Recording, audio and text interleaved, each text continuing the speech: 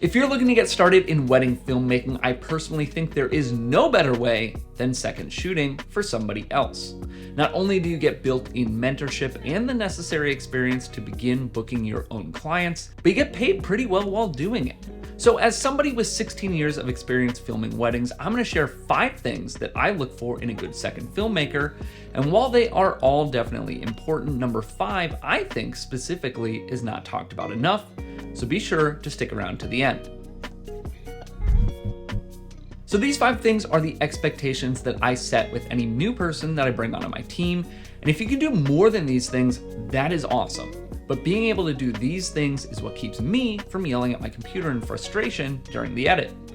And real quick, if you are in the wedding filmmaking business, no matter what stage, be sure that you're subscribed here at Wedding Film School. First on the list of 5 things that make you a great second shooter is reliability. If I can't rely on you, nothing else really matters.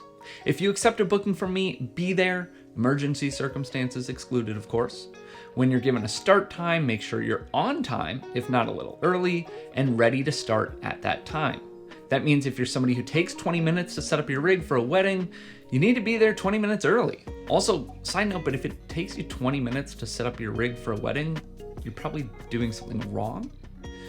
Next on this list is communication. You've probably heard the phrase communication is key, and it's no different for this relationship.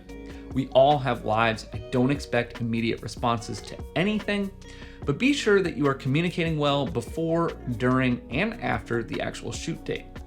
In addition, make sure that you are communicating honestly, and I can't stress this enough. There's no need to misrepresent your experience level with weddings or certain gear or settings or anything else. I'd rather have a clear picture of where you're at so that I can know how much I can rely on you rather than to depend on you for things that you might not be able to perform. Also on that note, mistakes are okay, but be sure to communicate them.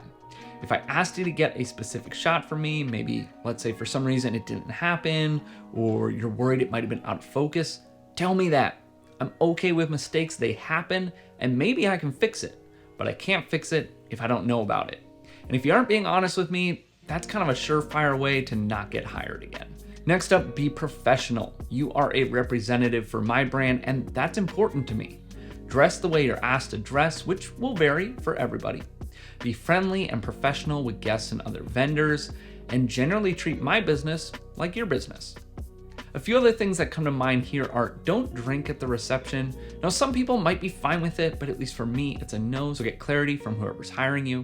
Don't try to make connections for your business while you're there. From start to finish on that day, you represent my brand. You shouldn't be handing out your business cards or anything like that. And lastly, serve my couples just like I would. I'm gonna go out of my way not only to deliver a top-notch product for my couples, but also to make the day low stress and exactly what they want it to be. I'm the first one to volunteer to run across the venue to grab something for them or a vendor, or to help them with anything on the day of, and I like having seconds who do the same. Number 4 on this list is to know your basics. I'm talking about exposure, focus, composition, camera settings, things like that. I'm often not looking for anything crazy from my second shooters. I usually just need stable, well-composed, well-exposed shots.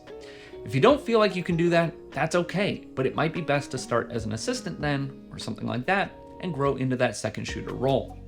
There's nothing worse than getting home from a wedding, scrubbing through my second shooter's footage to find that it is all overexposed or shaky or out of focus, because then it makes it unusable.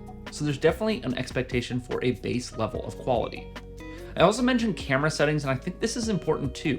If I'm not familiar with your camera, I expect you to be able to tell me if it can or can't do the things that I need it to. And there comes that honesty factor again. It's okay if you don't know, but just say so and I can look into it, as that creates way less headache than telling me, for example, you can shoot uncropped 4K 60 and then not being able to do so. Additionally, if I catch a glimpse of your screen and maybe tell you to bump up your ISO a bit, or maybe we walk into the reception area and I give you a Kelvin temperature for white balance, I expect you to understand and adjust accordingly, or to say something. I'm happy to explain it better. And last on this list of 5 things to be a great second shooter is one that I feel is often passed over, and that is to be adaptable. I champion finding your own look, your own voice in filmmaking, if you will, and I am so on board to help you push yourself creatively and find continued growth. But as a second shooter, you need to understand that you are shooting for a different brand, and you need to shoot in their style and follow their directions, even if you might do it differently with your own company. Now, of course, this is a creative field, right? And so there's some flexibility here, but something that I've found sometimes when I hire people who have more experience in weddings is that they aren't able to adapt. They aren't moldable. Now, it's easy to think, the way that you would do something is right, but it's not black and white like that. It can be right for you while being wrong for me. So having the ability to take direction and adapt outside of how you might normally approach a day is an invaluable skill in second shooting. And one bonus tip for all of you second shooters out there, make it known what you are looking for and what you want to get out of this too.